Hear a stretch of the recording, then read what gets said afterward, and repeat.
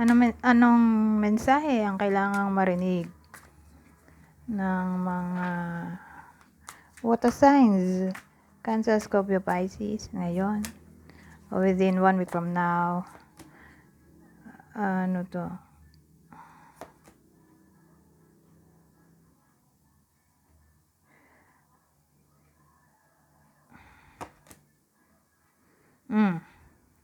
So sa combination na to, ito lang talaga kinalarify lang natin ng kinalarify. So ang dating kasi, yung iba sa inyo may wish. At ang wish ay malaman ng katotohanan.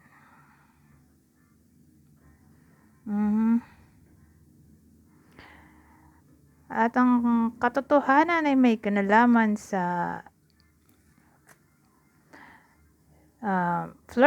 flirtation.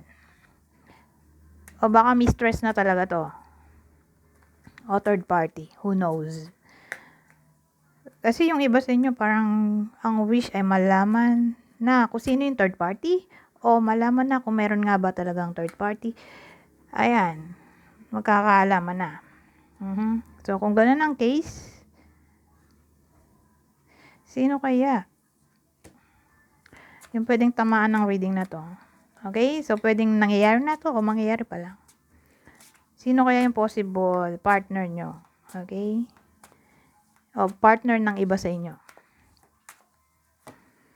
Para malaman natin kung kanino tatama ang reading na to. Capricorn, Aries.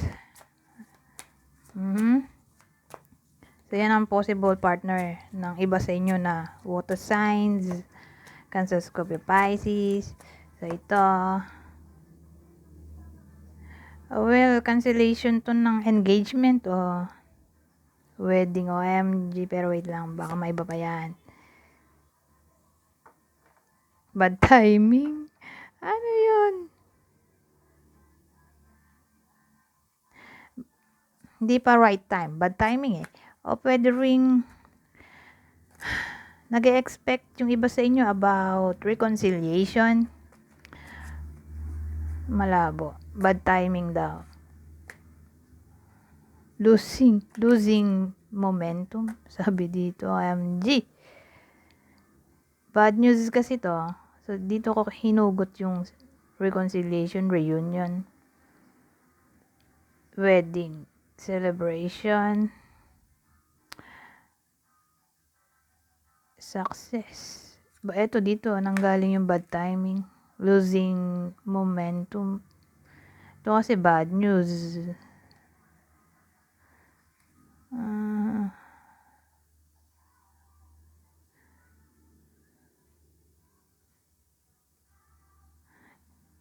Ewan ko, may someone na magiging irresponsible siguro.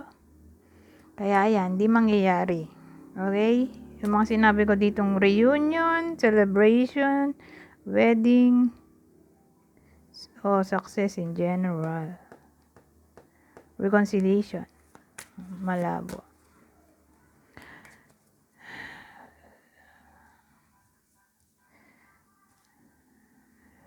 Teka, ang daming cards naman dito. Nakakalito.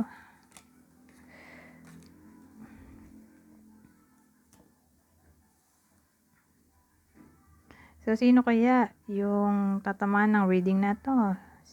Sinong partner ng water sign?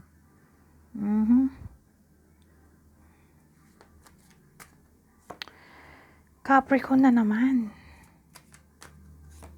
Aries, umulit lang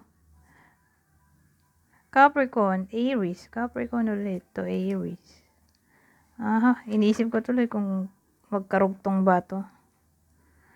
Tong first reading sa second reading.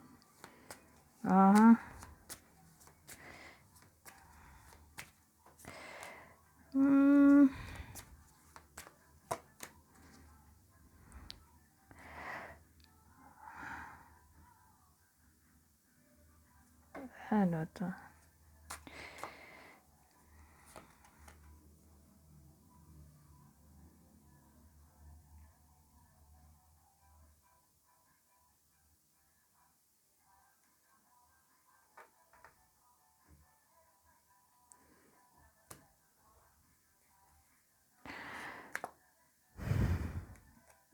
So, iniisip ko rin kung karugtong ba to nung first reading. Kasi mukhang magkarugtong yung first at second. So, malamang karugtong rin to nung first, second. Okay? Pang third na to. Ang reason siguro bakit malabo yung reconciliation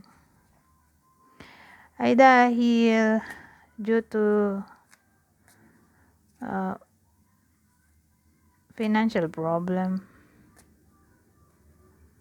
Ito nga, missed opportunity, sabi, oh. Being rude, hurtful, tactless, out of control.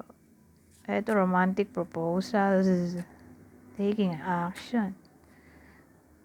So, ayan, malabo nga, missed opportunity. So, ibig sabihin,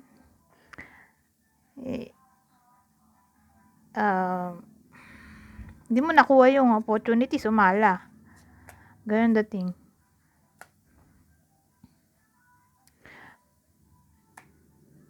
So, again, more like, magkarugtong nga. Eto kasi, feeling left out in the cold. So, kung karugtong to, nung first at second reading, edi, ang reason bakit malabo yung reconciliation ay dahil sa financial problem. Sabi natin, kasi may cheating na nangyari dito, di ba? Malabo na balikan ka. Kasi mas mayaman yon yung pinalit sa iyo. O pwede ring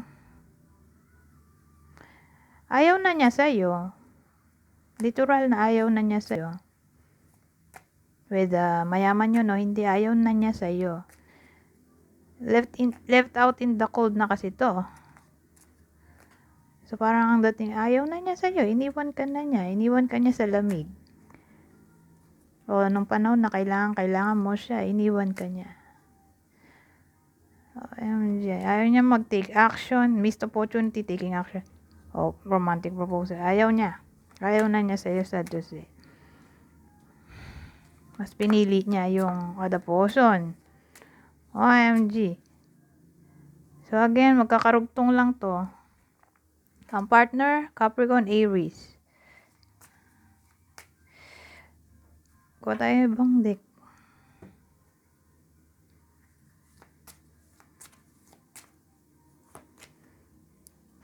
Flower power. Spend time with flowers and flower essences to increase your personal healing power. So, ilapit mo raw ang sarili mo sa mga bulaklak para makapag-heal ka o makapag-unwind, makakatulong sa iyo umamoy ng mga bulaklak o makakita o malapit sa mga bulaklak kasi for some reason, bibigyan kanila ng power para mag-heal. Makakatulong ito para mag-heal o kumalma ang sarili mo, lalo na siguro kung inamoy mo, no? O nakita mo kasi may ibang mood mo, di ba? So, kung may problema, umamoy ng bulaklak o bumili o pumunta sa lugar ng mga bulaklak para matulungan ka mag-heal. Ngayon, autumn. In the fall season, everything comes together and you recap wonderful harvests of abundance. So, may maaaring mangyari sa autumn season, dun magbubunga mga pinaghirapan mo. O for some reason, magkakaroon ka ng parang abundance sa season na yon. So, autumn season ay parang September to December. So, around September to December, may parang good news na paparating. Para sa iba sa inyo, be yourself. This situation calls for you to be your authentic self, which is the basis for your personal power. Parang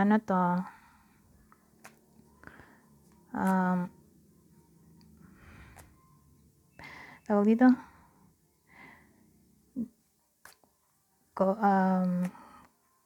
mag-pay attention ka daw sa sarili mo in a way na bigyan mo na importance. Magpakatotoo ka lang.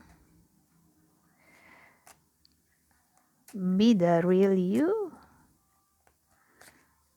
So, ayan. Ganun dating.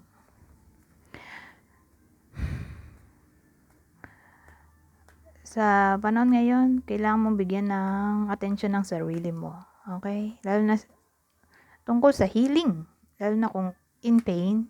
At lalo na kung para sa iyo ang reading na to. Dahil may cheating na nangyari. OMG, tapos ayaw na sa iyo. Oh my God. Dahil, so, yun. Kung ito ay kwento mo,